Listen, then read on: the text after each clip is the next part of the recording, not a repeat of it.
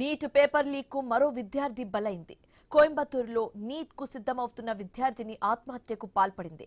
కోయంబత్తూరు జిల్లా కోవైదూరుకు చెందిన సింథిల్ ప్రభు CITU టస్మాక్ employees union ప్రధాన కార్యదర్శి. ఆయన కుమార్తె అనుకీర్తన వైద్య విద్యలో ప్రవేశానికి నీట్ పరీక్షకు సిద్ధమవుతుంది.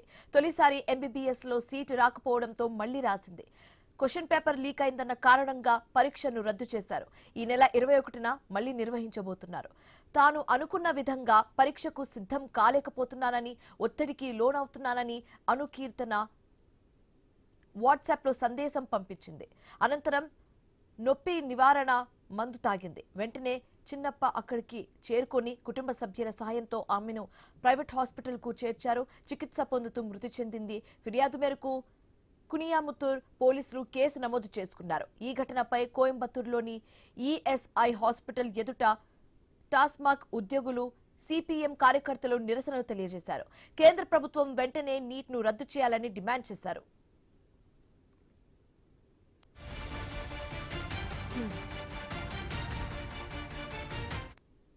నీట్ పేపర్ లీక్ కు మరో విద్యార్థి బలైంది. కోయంబత్తూరులో నీట్ కు సిద్ధమవుతున్న విద్యార్థిని ఆత్మహత్యకు పాల్పడింది. ఇదే అంశానికి సంబంధించి మరింత తాజా సమాచారం మా కరెస్పాండెంట్ రత్నకుమార్ ఫోన్ ద్వారా అందిస్తారు. Ratnakumar. Shivani, neat paper leak అలాగే పరీక్ష రద్దు అంశాలనేవి ఇప్పుడు దేశవ్యాప్తంగా తీవ్ర ఆందోళనలకు దారితీయడంతో పాటు విషాద ఘటనలు సైతం చోటు చేసుకుంటూ ఉన్నాయి.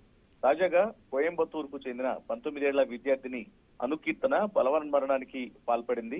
ప్రశ్నపత్రం లీక్ కావడం, రద్దయిన పరీక్ష తిరిగి జూన్ 21న ఒక 2 రోజుల్లోనే ఎగ్జామ్ అనేది ఉండడంతో ఆమె తీవ్ర మానసిక ఒత్తిడికి గురైంది.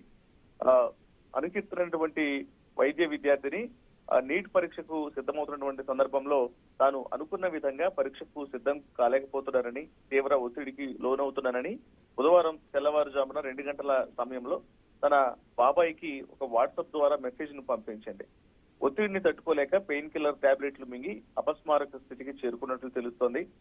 ఈ విషయం తెలుసుకున్న వెంటనే కుటుంబ సభ్యులు ఆమెను స్థానికంగా ఉన్నటువంటి ఆసుపత్రికి తరలించేటువంటి సందర్భంలో దారి మార్గంలోనే ఆమె కొంత తీవ్రంగా ఆరోగ్యం విషమించినట్లు తెలుస్తోంది. ఇక హాస్పిటల్ కు తీసుకెళ్లిన తర్వాత చికిత్స పొందుతూ మృతి చెందింది. ఆమె తండ్రి సెంథిల్ ప్రభు సిఐటియు టాస్మాక్ ఎంప్లాయీస్ యూనియన్ లో ప్రధాన కార్యదర్శిగా పనిచేస్తూ ఉన్నారు. ఈ వరుస ఘటనలు అనేవి అనేక విషాదకర సిచ్యువేషన్లకు దారితీస్తున్న నేపథ్యంలోనే ఒకవైపున విద్యార్థులకు మనోవేదన కలిగిస్తూ ఉండటం, ఆందోళనకు గురయ్యేలాగా ఇబ్బందికరమైనటువంటి సిచ్యువేషన్స్ నేపథ్యంలోనే ఈ నీట్ రీ ఎగ్జామ్ ను రద్దు చేయాలి అని పలు విద్యార్థి సంఘాలు కావచ్చు, అలాగే ఉద్యోగ సంఘాలు కూడా డిమాండ్ చేస్తున్నటువంటి పరిస్థితి కనిపిస్తోంది. ఇక ఈ ఇన్సిడెంట్ కు సంబంధించి పోలీసులు కేసు నమోదు చేసి దర్యాప్తు చేస్తూ ఉన్నారు. Shivani. Right, thanks for the updates Ratnakumar.